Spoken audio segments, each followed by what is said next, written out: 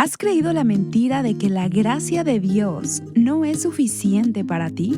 No importa tu historia, no importa qué tan atroz sean tus circunstancias, no importa qué tan profunda sea la herida o el dolor o el hoyo en que te encuentras, a lo mejor sin culpa alguna. Dios es mucho más grande. Y la gracia de Dios es capaz de rescatar y de redimir esas horrendas situaciones de nuestro pasado. Estás escuchando Aviva Nuestros Corazones, con Nancy de Moss Wogemuth en la voz de Patricia de Saladín. Hoy, 1 de enero de 2026.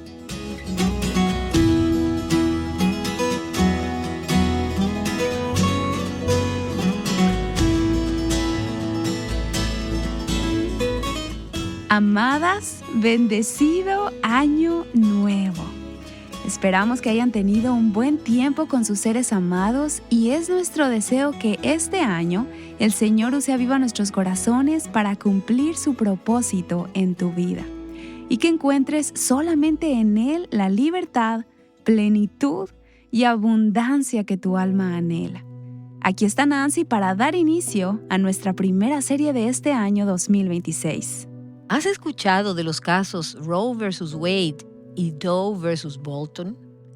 Estos fueron casos legales famosos que abrieron las puertas al aborto en la Corte Federal, en la Suprema Corte de los Estados Unidos de Norteamérica, y de eso hace 46 años.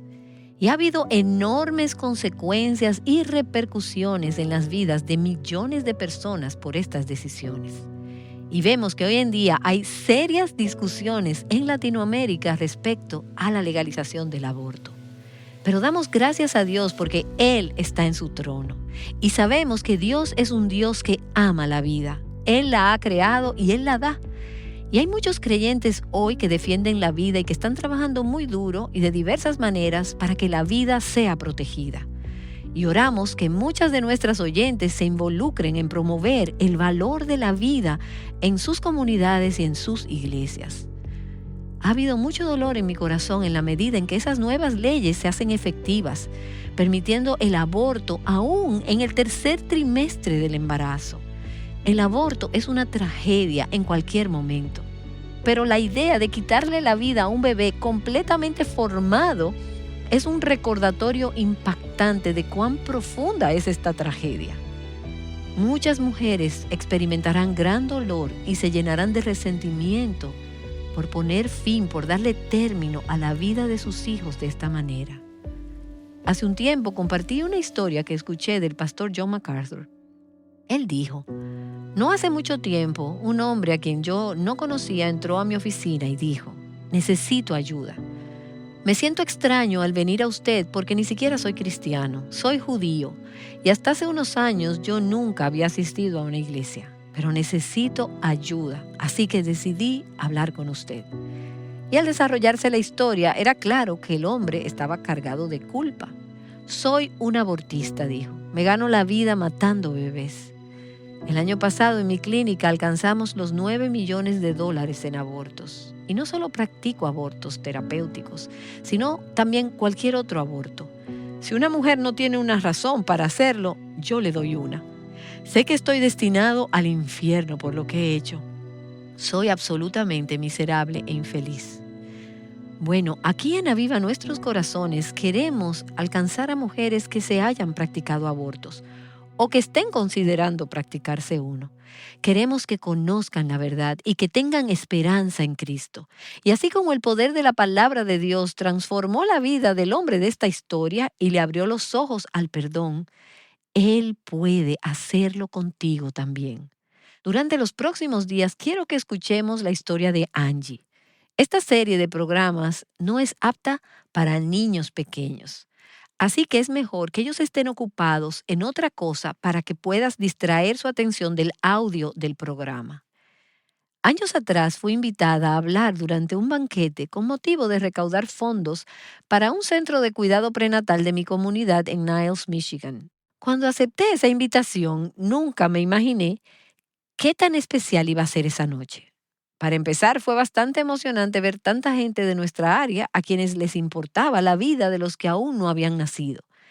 y ver que invertían de tantas formas, con su tiempo, sus finanzas, sus oraciones, tantos esfuerzos compartidos para conservar la vida. Y justo antes de que yo hablara, una joven llamada Angie procedió a contar su historia. Ella compartió cómo había llegado al centro de cuidado prenatal como una adolescente embarazada y asustada. También nos contó cómo Dios había usado ese encuentro de una manera tan significativa en su vida. Cuando el evento terminó, yo quería saber si la historia de Angie había sido grabada, pero desafortunadamente no se grabó el testimonio esa noche. Así que decidimos contactar a Angie directamente y le pregunté si podría venir a nuestro estudio de grabación para compartir su historia. Este testimonio es confrontador, es duro en ocasiones, pero también será un recordatorio del poder de Dios para proveer gracia y sanación en cada situación. Angie, muchísimas gracias por venir y acompañarnos hoy en Aviva Nuestros Corazones. Es un placer. Fuiste de gran bendición para mí esa noche. Si recuerdo bien, tan solo corrí a abrazarte esa noche luego de haberte conocido. Yo fui tan conmovida con tu historia, y es tu historia, pero en realidad es la historia de la gracia de Dios y su intervención en tu vida y en la vida de BJ.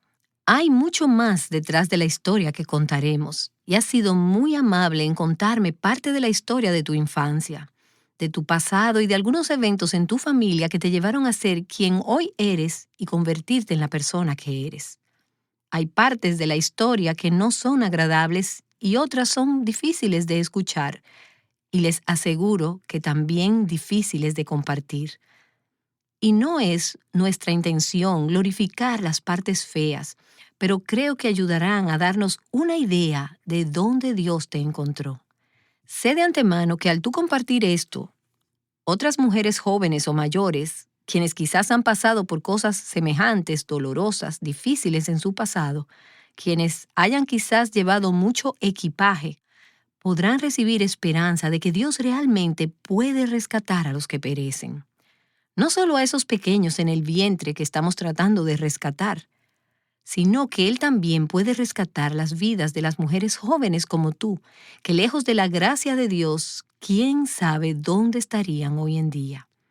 Así que me gustaría pedirte si pudieras compartir un poco sobre tu infancia. Creciste en un hogar que era todo menos sano y feliz. Cuéntanos algunos de los recuerdos que tienes de tu familia. Mis padres se casaron cuando mi mamá se enteró que estaba embarazada de mí, porque mis abuelos eran religiosos y los presionaron mucho. Si mi papá iba a recibir ayuda económica de mis abuelos, debían casarse, o si no, mis abuelos lo desheredarían. Digo, no parecía ser así, pero secretamente, sin palabras, así lo sentían ellos. De niña desarrollé una relación muy cercana con mi mamá. Al menos eso pensaba. Me sentía muy dependiente de ella y iba a dormirme con ella en la noche. Iba y me acurrucaba en la cama como la mayoría de los niños hacen, pero papá siempre se enojaba mucho cuando hacía eso y me mandaba siempre a mi cuarto. Así que esperaba a que se durmiera. Iba a su cuarto y me acostaba debajo de la cama y esperaba que fuera al trabajo. Así que te sentías más cercana de tu mamá que de tu papá. Oh, definitivamente. ¿Cómo te sentiste cuando tu mamá te dijo a los 10 años que te había tenido por presión de sus padres? Siempre fui muy cercana a mi abuela. Ella era, como la llamaba, la luz en un lugar oscuro, pues no había mucha felicidad en mi casa, había mucha droga y alcohol. Cuando iba a visitar la casa de mi abuela, su carro siempre estaba limpio y olía agradable, y siempre vestía bien, y sus zapatos siempre estaban limpios.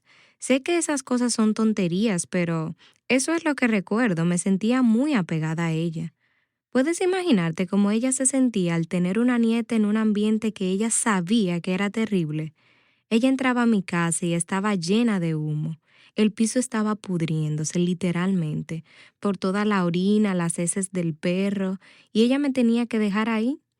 ¿Puedes imaginar lo que pudo haber sentido? Y ella vivía cerca de ustedes. No, vivía lejos. Bueno, no lejos, como a media hora. Yo crecí en Niles, así que ella venía y me recogía cada vez que podía. ¿Y tu abuela conocía al Señor? Sí. Así que A ella le dolía tu situación y apuesto a que oraba por ti.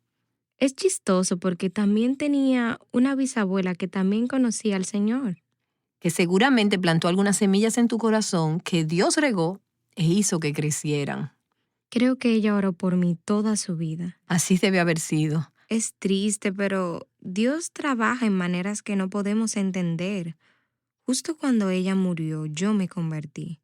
Así que ella no llegó a saberlo. Ujú. Supongo que eso es de exhortación para las abuelas. Así es, creo que sí son palabras de ánimo para algunas abuelas que están escuchando el programa y pensando en ese nieto o en esa nieta que está en situaciones bastante desesperadas o disfuncionales.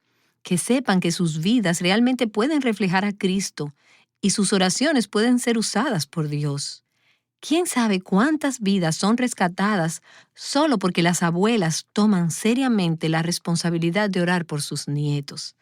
Gracias, Angie, por compartir acerca de ella y gracias a Dios por tu abuela. Ahora, estabas creciendo en este hogar y dijiste que había alcohol, drogas. ¿Era todo esto algo constante? ¿Era un ambiente caótico todo el tiempo?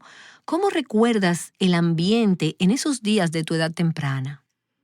Bueno, papá empezó a trabajar mucho. Creo que a medida que pasaba el tiempo, mi mamá intentó trabajar a veces. Mis padres solo trataban de sobrevivir. No podía realmente tomar o hacer muchas cosas porque estaban tratando de resolver. Me imagino que trataban de estar estables. Mi papá empezó a trabajar largas horas para que mamá no tuviera que trabajar. Así que ella se quedaba con nosotros en casa y papá llegaba a la casa con un cartón de cerveza. Él bebía toda la noche y se quedaba tirado en el piso de la sala. Esas son las memorias que tengo de mi padre.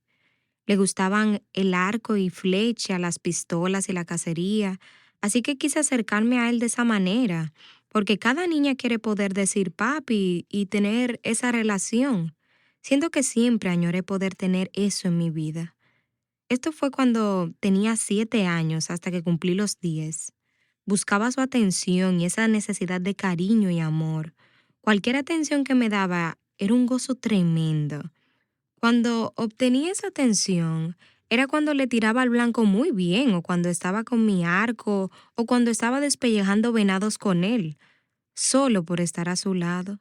Siento que él sabía. Él hizo lo que supo hacer. No quiero sonar como que mis padres eran monstruos. Escuché una vez que uno ama de la manera en la que has sido amada y solo amas de la manera en que sabes hacerlo.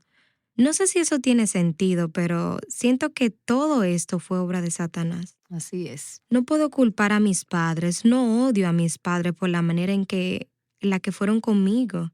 Sí, me afecta, pero después de que vine a Cristo, siento que en mi infancia estuve enojada, añoraba atención. Después, cuando no la obtuve por largo tiempo, me enojé más y me amargué y lo odié, quería que se muriera. Todos esos malos sentimientos de egoísmo empezaron a surgir. Así que me aferré a mi madre. Mi madre tenía también una gran carga emocional dentro de ella, ya que fue criada por una mamá alcohólica. Y ella no supo quién fue su papá. Tuvo 4 hermanos y su madre fue abusiva. Venía de un trasfondo muy malo. Muy triste. Así que, siendo mi madre, ella en cierta forma usaba el que, como había comentado antes, me iba debajo de la cama y yo como madre ahora ni siquiera aceptaría eso de mi hijo. Quiero enseñarle a mi hijo responsabilidad e independencia, que sea capaz de, bueno, ahora que soy cristiana, de que dependa del Señor en lugar de mí. Siento que era bastante triste porque ella dependía de mí y yo alimenté sus necesidades emocionales. Era algo egoísta de su parte en lugar de educarme como una mujer independiente. Después también viste a tu mamá involucrada en relaciones inmorales y eso también tuvo un impacto más tarde en tu vida. Sí, durante los primeros 2 años de matrimonio de mis padres hubo fidelidad, pero los próximos 15 años hubo muchas infidelidades.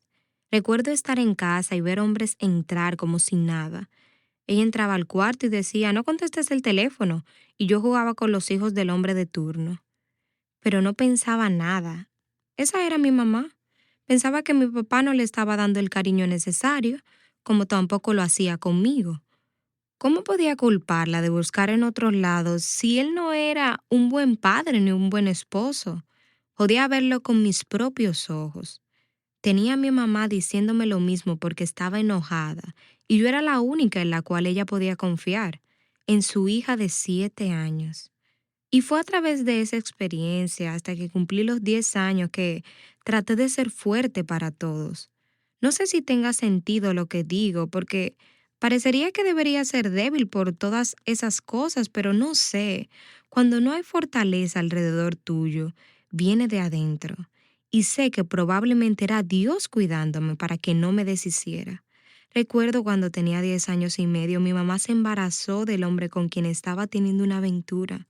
Había tenido abortos. No era algo malo, digo, no era un pecado, ¿verdad? Así que ella decidió, ¿Sabías lo que era un aborto en ese momento? sí, Tu mamá te lo había explicado. sí. Y para ella era tan solo un estilo de vida. Bueno, cuando estás en problemas, hay decisiones que se tienen que tomar. Digo, si no podías cuidarlo, especialmente en esa situación, pues te deshacías de ello. Y mi papá cuando se enteró, porque el hombre que embarazó a mi mamá vino a la casa y resultó ser el mejor amigo de mi papá. Él vino a la casa y dijo, no puedo seguir con esto, solo quiero que sepas esto. Pero realmente ese fue su escape porque huyó de la casa después de eso. Y mi mamá solo dijo, bueno, voy a abortar. Mi papá parecería que él hubiera tomado la posición del niño aún no nacido en el vientre de mi madre. No sé qué dice esto de mi padre. Sé que resulta chistoso. Mientras yo lo perseguía a él perseguía a mi madre. Y mientras yo solo buscaba su cariño y su afecto, él simplemente estaba tan abrumado, él realmente estaba batallando. Solo recuerdo que él estaba obsesionado con mamá y no de una manera sana, él vivía para ella. Al mismo tiempo, él tomaba mucho. Había cosas en su matrimonio que no era posible que yo conociera. Mi mamá me compartió en más de una ocasión sus experiencias sexuales con mi padre cuando yo era muy pequeña. Wow. Y como ella era infeliz, creo que estaba tratando de justificar sus acciones delante de mí para que no pensara mal de ella, porque yo era lo único que ella tenía. Pero tu papá convenció a tu mamá de no abortar ese bebé. Sí, ella decidió conservar al bebé. Cuando el bebé nació, el tiempo de embarazo fue maravilloso.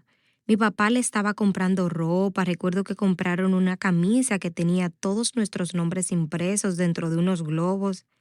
Dentro de uno de los globos decía bebé, por el bebé que encargaba en su vientre, y mi papá estaba realmente contento. Cuando nació el bebé, mi papá firmó el acta de nacimiento. Pero el matrimonio de tus padres no duró. No, cuando cumplí 13 años, recuerdo una noche antes de que se divorciaran. Mi papá y mi mamá discutían, lo cual era muy común en nuestra casa con alcohol, drogas y demás. Mi hermano estaba allí, estaba en medio de ellos. Estaban discutiendo porque mamá se había dado cuenta de que mi papá estaba silbándole a otras mujeres o algo parecido. Mi mamá se enojó bastante y se fueron a su cuarto. Estaban tomando tequila y había un limón en la mesa con un cuchillo. Mi mamá entró al cuarto y estaba gritándole y trató de agarrarlo y le pegó.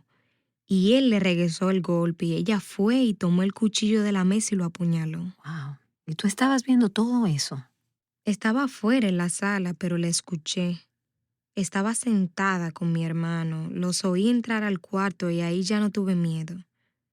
Recuerdo que me asustaba cuando se tiraba contra el refrigerador o cuando las peleas se ponían muy físicas, pero la mayoría de las veces eran solo gritos de palabras feas. Nunca fue muy físico. Mi papá nunca le había pegado a mi mamá, excepto esa vez que ella le pegó. Creo que él dijo, basta, y le pegó de vuelta. Solo escuché un grito que parecía haber durado para siempre. Ella gritó sin tomar aire. Luego entró al cuarto donde yo estaba y me cargó. Tenía sangre salpicada en su blusa. Me dijo que acababa de matar a mi padre y que iba a huir y que yo tenía que ir a vivir con mi tía, pero que me amaba mucho. Me di la vuelta y vi a mi papá en el piso. Le había enterrado el cuchillo en la arteria del brazo, justo debajo del codo. Estaba sangrando rápidamente. Mi hermano corrió a donde el vecino y llamó a la policía. La policía vino y afortunadamente mi papá se salvó de esa. No puedo entenderlo. Cuando la policía vino, preguntaron quién lo había acuchillado. Allí estaba mi mamá cubierta de sangre. Mi papá dijo que había ido a revisar el buzón y que un hombre que caminaba por la calle lo había hecho. Toda la sangre estaba en el cuarto. Mi mamá la tenía en su blusa, era obvio. Fue un intento desesperado por salvar a mamá de la cárcel o de ella misma, no tengo ni idea. Querían llevarse a mi papá en la ambulancia y a mi mamá en la patrulla. Mi papá se negó a subir a menos que mi mamá fuera con él, así que se fueron en la ambulancia. Después mi hermana, que tenía 16 o 17 años, nos llevó al hospital. Fuimos mi hermana, mi hermano y yo y mi hermanita, que tenía solo 1 año y medio, a lo mejor 2. Fuimos al hospital y esperamos allí. Solo recuerdo que mi mamá tenía esa mirada helada en sus ojos, aún con la misma blusa.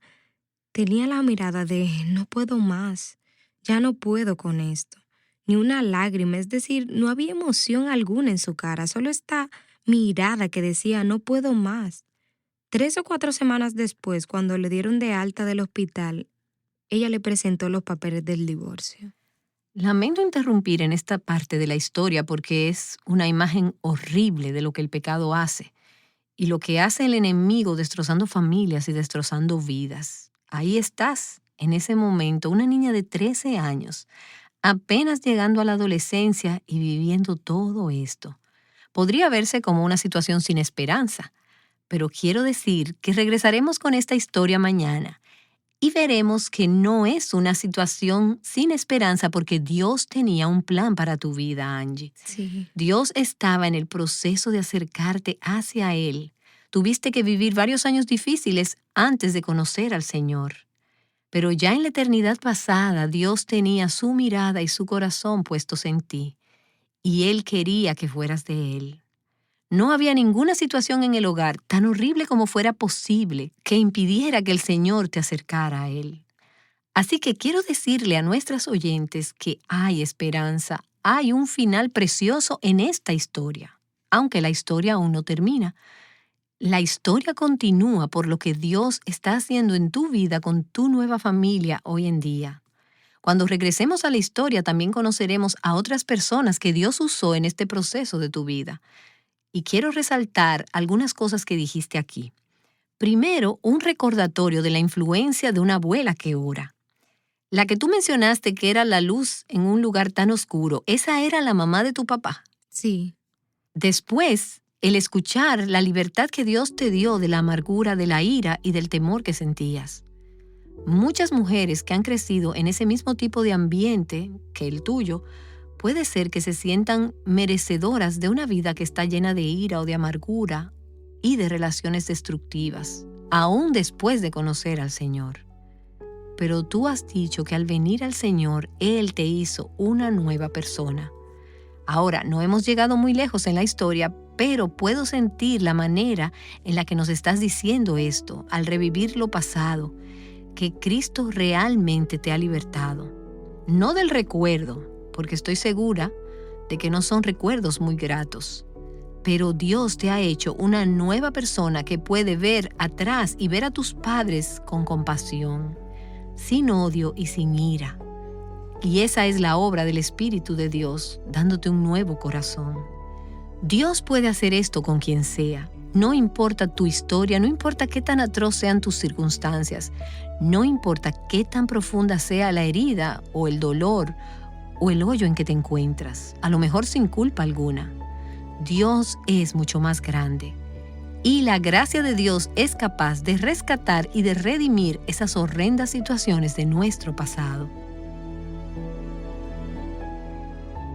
En estos días veremos cómo la maravillosa gracia de Dios intervino en la vida de Angie y redimió su vida de la destrucción. Al ir descubriendo la historia de Angie, podrás darte cuenta de la labor tan importante que hacen las personas que trabajan en los centros de cuidado prenatal a través de tu país y del mundo. Escuché por primera vez a Angie en ese evento de recaudación de fondos para el centro que está localizado en el área donde vivo. Quisiera que mientras escuchas estos programas, le preguntes al Señor cómo Él quisiera que te involucraras con estas mujeres que están tomando una decisión de vida o muerte. Pregúntale directamente a Él para que te dirija a algún centro de cuidado prenatal en tu área y sirve allí en nombre de Cristo. Quizás sea colaborando de alguna forma, ya sea económicamente o compartiendo tu tiempo y aconsejando a estas mujeres en crisis. Creo que sería maravilloso que cada centro recibiera muchas llamadas de parte de oyentes de Aviva Nuestros Corazones que hayan escuchado la historia de Angie y digan: quiero involucrarme, dando, orando, donando, como sea que Dios me guíe. Así es, el Señor guíe cada corazón. Gracias, Nancy. Y bueno, se supone que los padres deben cuidar a sus hijos, ¿no es así? Mañana escucharemos acerca de una madre que estaba tan confundida que introdujo a sus hijos a las drogas. Te esperamos para la continuación de una maravillosa historia de la gracia de Dios en medio del pecado, aquí en Aviva Nuestros Corazones. Llamándote a un avivamiento genuino y a abrazar tu diseño como mujer, Aviva Nuestros Corazones es un ministerio de alcance de Revival Hearts.